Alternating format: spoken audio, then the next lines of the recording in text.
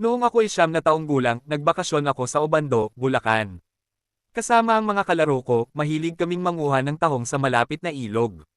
Minsan, nag-fishing pa kami gamit ang net na hiniram namin kay Mang Kanor, ang tagapamahala ng ilog. Isang hapon, matingkad pa ang araw, habang naghahanap kami ng spot sa ilog na pwedeng pagkunan ng tahong, may napansin kaming parang may lumalangoy na tao doon. Sa mga panahong iyon, malinis pa ang ilog at madalas mag-swimming ang mga bata doon. Kahit ako, dun din ako naliligo para makatipid sa tubig. Ano yan? Tanong ni Jose, isa sa mga kalaro ko, habang tinuturo ang isang figure sa tubig. Tao ba yan? Dagdag ni Mario, na tila nag-aalangan. Habang pinagmamasdan namin ang ilog, napansin ko ang figure ng isang babaeng lumalangoy.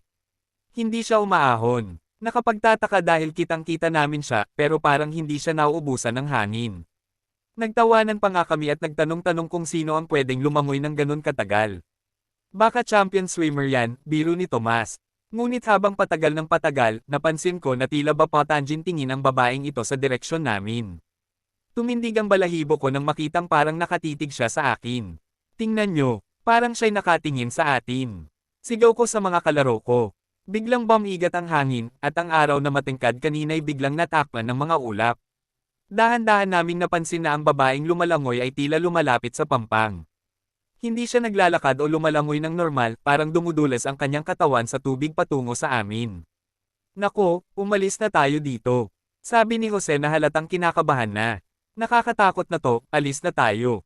Dagdag pa ni Mario. Nagsimula kaming umatras, pero sa bawat hakbang namin palayo, parang mas bumibilis ang paglapit ng babae. Nakaramdam ako ng malamig na hangin na dumampi sa balat ko, kahit na mainit pa rin ang araw. Tumakbo kami, bitbit ang mga gamit namin, at hindi na lumingon pabalik. Nang makarating kami sa bahay, hingal na hingal kami habang ikinukwento kay Mang Kanor ang nakita namin. Manong Kanor, may nakita kaming babae sa ilog. Hindi siya umaahon. Sigaw ni Tomas, seryoso siyang nakinig at nagkwento ng isang alamat tungkol sa isang babaeng nalunod sa ilog maraming taon na ang nakalipas. Ayon sa kwento, hindi pa siya matahimik dahil hindi pa natatagpuan ang kanyang katawan. Halika, puntahan natin, sabi ni Mang Kanor. Titignan ko kung ano yon. Bumalik kami sa ilog kasama si Mang Kanor. Pagdating namin doon, tahimik at kalmado ang tubig, pero ramdam namin ang kakaibang lamig sa paligid. Huwag kayong aalis dito. Ako na ang titingin, utos ni Mang Kanor. Lumangoy siya papunta sa gitna ng ilog kung saan namin nakita ang babae kanina. Tahimik kaming naghintay sa pampang, habang si Mang Kanor ay sumisisid sa ilalim ng tubig. Ilang minuto ang lumipas, ngunit parang ang tagal-tagal na.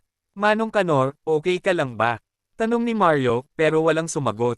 Biglang may narinig kaming kalusko sa tubig. Lumitaw si Mang Kanor, nanginginig at halatang may nakita siyang hindi niya inaasahan. Umuwi na tayo, utos niya, baka sa mukha ang takot. Wala nang babalik dito sa ilog na ito. Habang pauwi kami, ikinwento ni Mang Kanor ang nakita niya sa ilalim ng tubig.